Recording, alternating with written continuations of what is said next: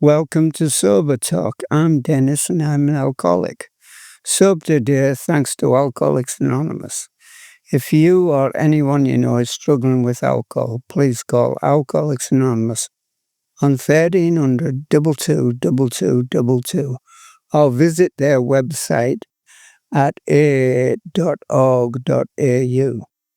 I'll just run through the preamble of Alcoholics Anonymous. Alcoholics Anonymous is a fellowship of people who share their experience, strength, and hope with each other, that they may solve their common problems and help others to recover from alcoholism. The only requirement for membership is a desire to stop drinking. There are no dues or fees for a membership. We are self-supporting through our own contributions. It is not allied with any sect, denomination, politics, organization or institution, does not wish to engage in any controversy, neither endorses or opposes any causes.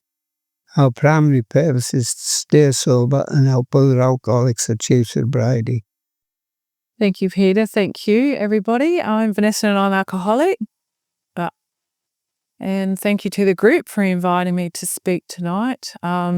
It's not something that I always feel very comfortable doing, but I was always told in the beginning not to say no to people who asked you to do things in AA. So, I sit here and probably be a bit nervous for a while, but hopefully I'll settle down. The nerves will settle. The journey started for me in Goolwa, not Gawler. People often say, "Oh, you're from Gawler." No, I'm from Goolwa. And it happened a fair few years ago. And for me, I ended up on my knees, to a God that I had no idea about. But what happened for me is everything was removed. My family was removed. My husband was removed.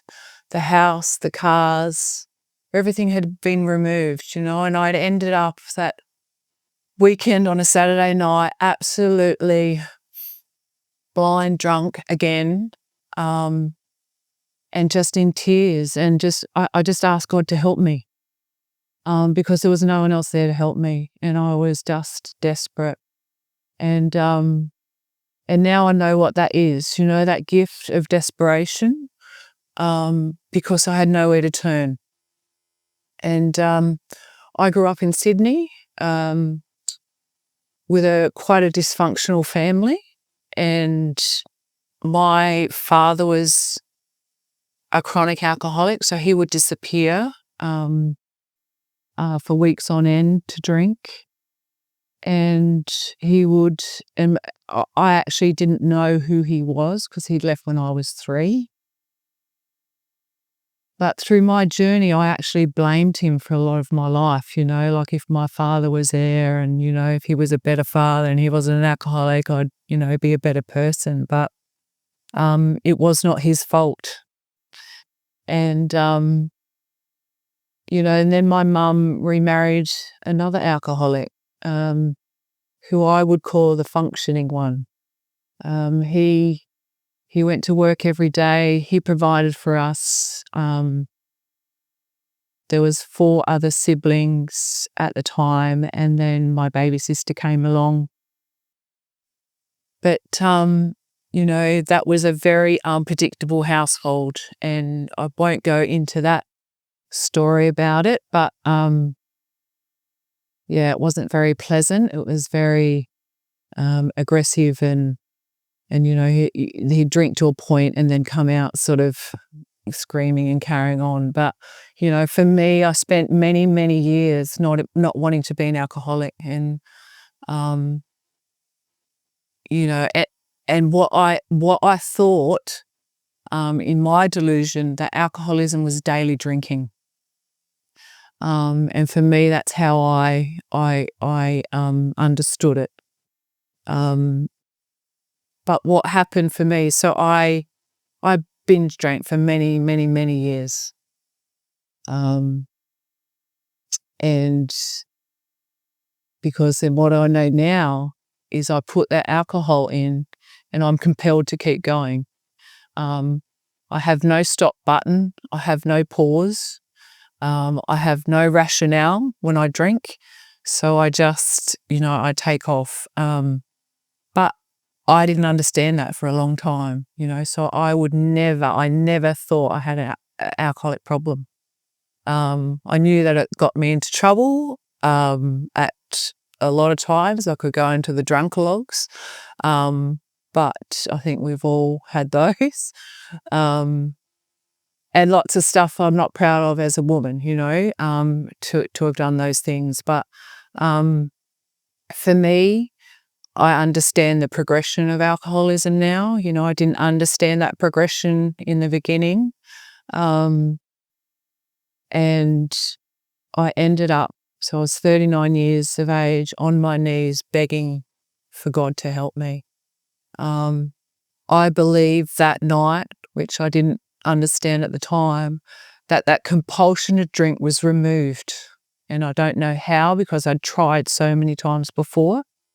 And especially in the end, because I was daily drinking. I was just daily drinking cask wine out of the fridge, just unmanageable. And yeah, I just didn't understand. So I believe at that point, that was my first spiritual experience. And I still feel that today. It still gives me goosebumps because, like I said, I couldn't not drink, couldn't not drink. But I hung on, so I didn't know about AA then, which is really bizarre. And I think that's, for me, it'd have to happen that way. Everything had to be stripped away, including myself, because I had that high, ego and stuff like that, because, I can do this. And, I was quite successful at jobs and everything as well. I'd held down jobs, but by the end there was no success in what I was doing. And unfortunately I was married and had kids at the time. And the exact same thing was happening that my father did, that I was doing, and I thought I actually willed myself to that, But little did I know, and understand alcoholism. I had to come to AA to understand what alcoholism was, and even though I'd been brought up in that environment. But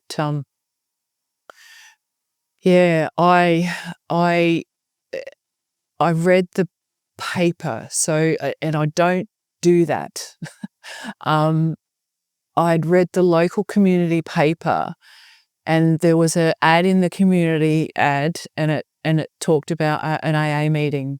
And I don't know why I was drawn to that, but I know now, and I feel again that was another experience again, spiritually, and that higher power and that pull to get me into the rooms. And so I looked at that ad and I waited because I was so scared.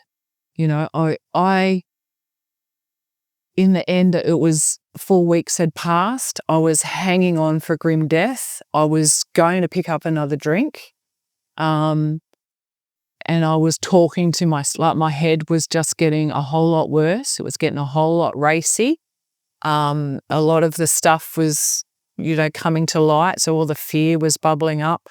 And, and I read that ad and I decided, but each Tuesday, it was on a Tuesday night. So each Tuesday would come around and I would just, I'd make some excuse not to go.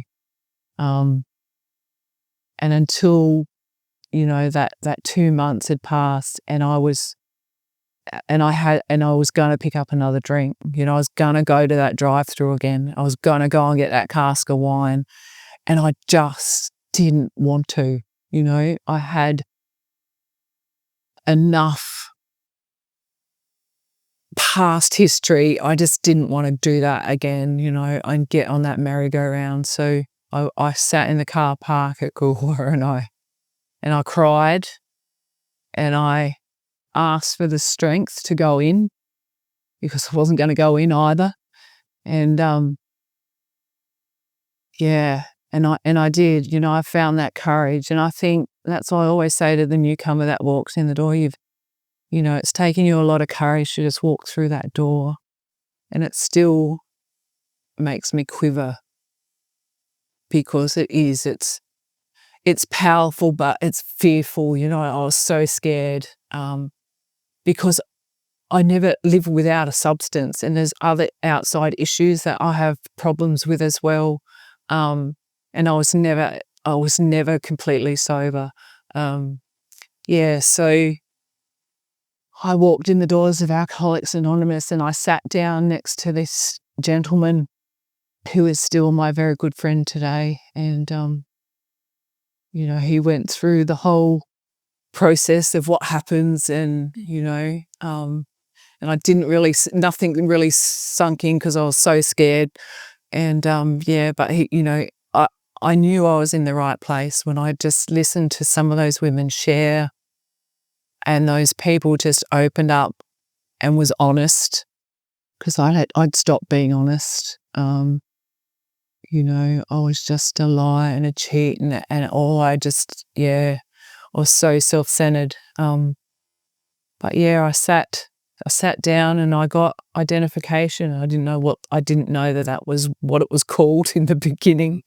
But yeah, they told me to keep coming back. And I say that to people today because I didn't want to come back. It got worse for me, because I'd lost my kids. I was going through court trying to get visitation, and all that stuff that comes with it.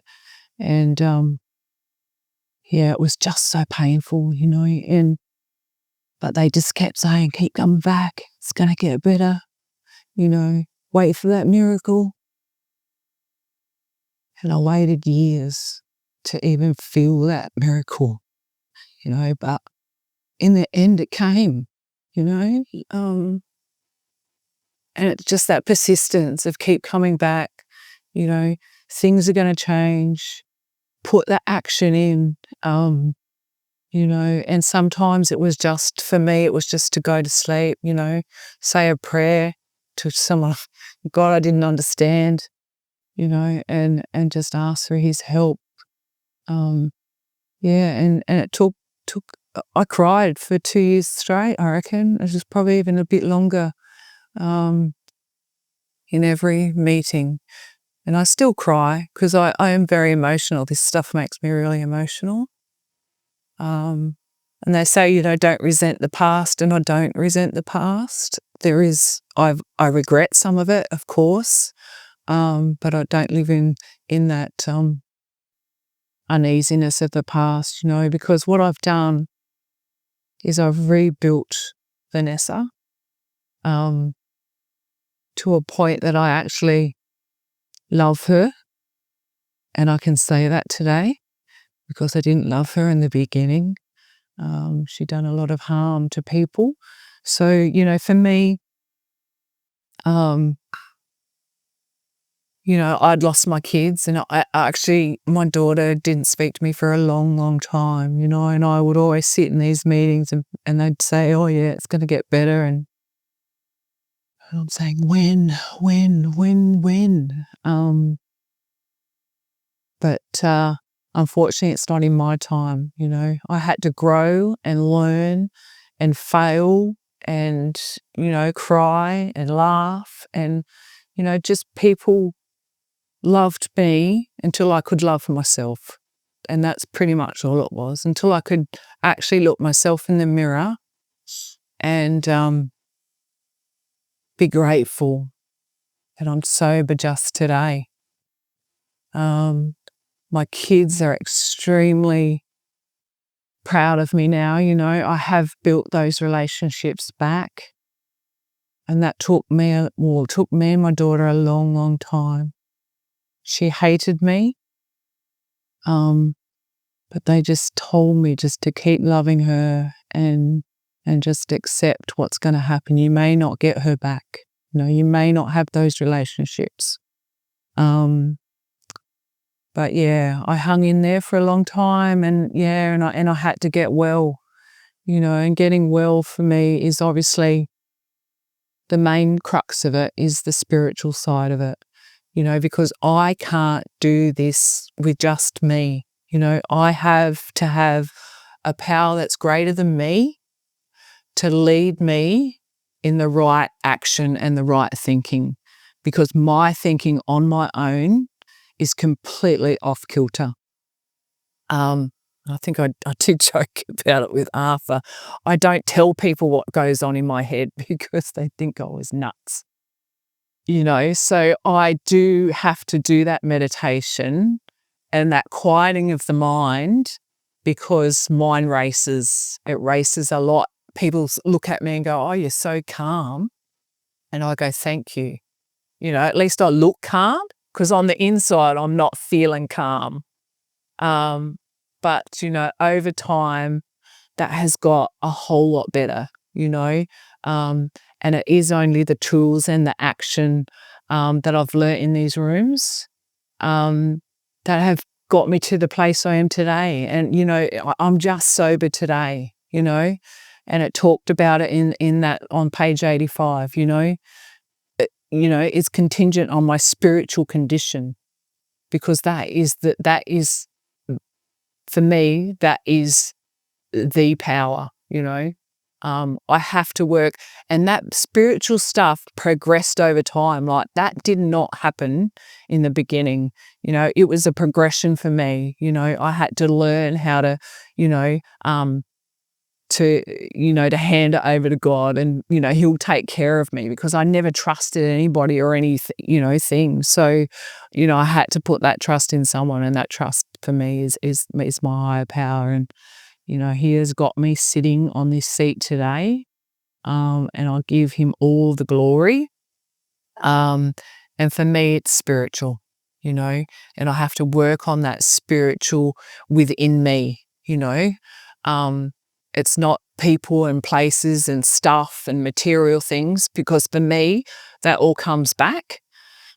It's actually knowing who I am, and what I can give to other people, because, I was this selfish, self-centered person who thought she was doing the right, like, my ego was telling me that I was the greatest mother on the planet, but in all reality, I am not, and I'm only that better mother, because I've learned in here of how to have love and patience and compassion and tolerance and all that stuff. My kids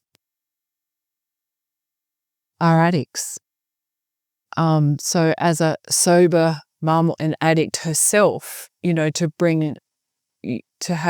look at your kids in that way, and know there's another way for them, but actually taking my hands off and allowing them to have their own journey to me is the hardest thing I've ever had to do. Because I just want to grab them by the neck and try and control everything.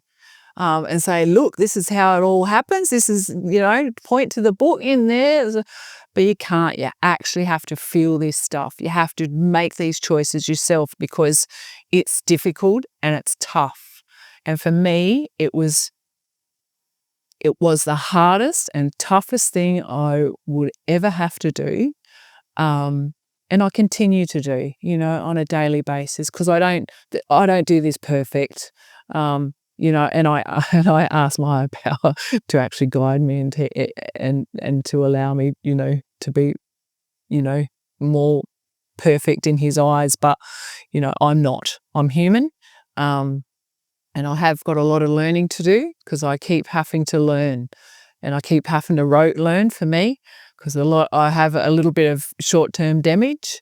So for me, it has to be rote learning, and that step 11, prayer and meditation to improve my conscious contact with God, because He is the only one that can lead me in the right direction.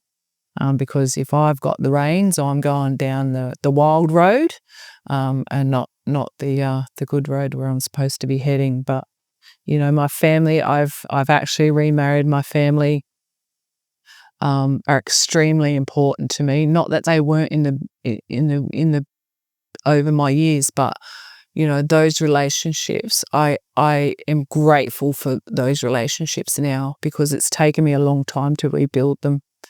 And I definitely don't want to go back to that person I was, because, you know, yeah, and this is why I come to meetings as well, to reflect on that past and not shut the door on it. But that person is not me today. The person that sits here today is, you know, is an honest person, or I try to be. If I'm not, I'll reflect on my day and ask for the honesty to come. But I thank you for listening, and yeah, I appreciate you asking me to share my story. Thank you. AA has more than 2 million recovering alcoholics throughout the world. In Australia, there are about 18,000 members.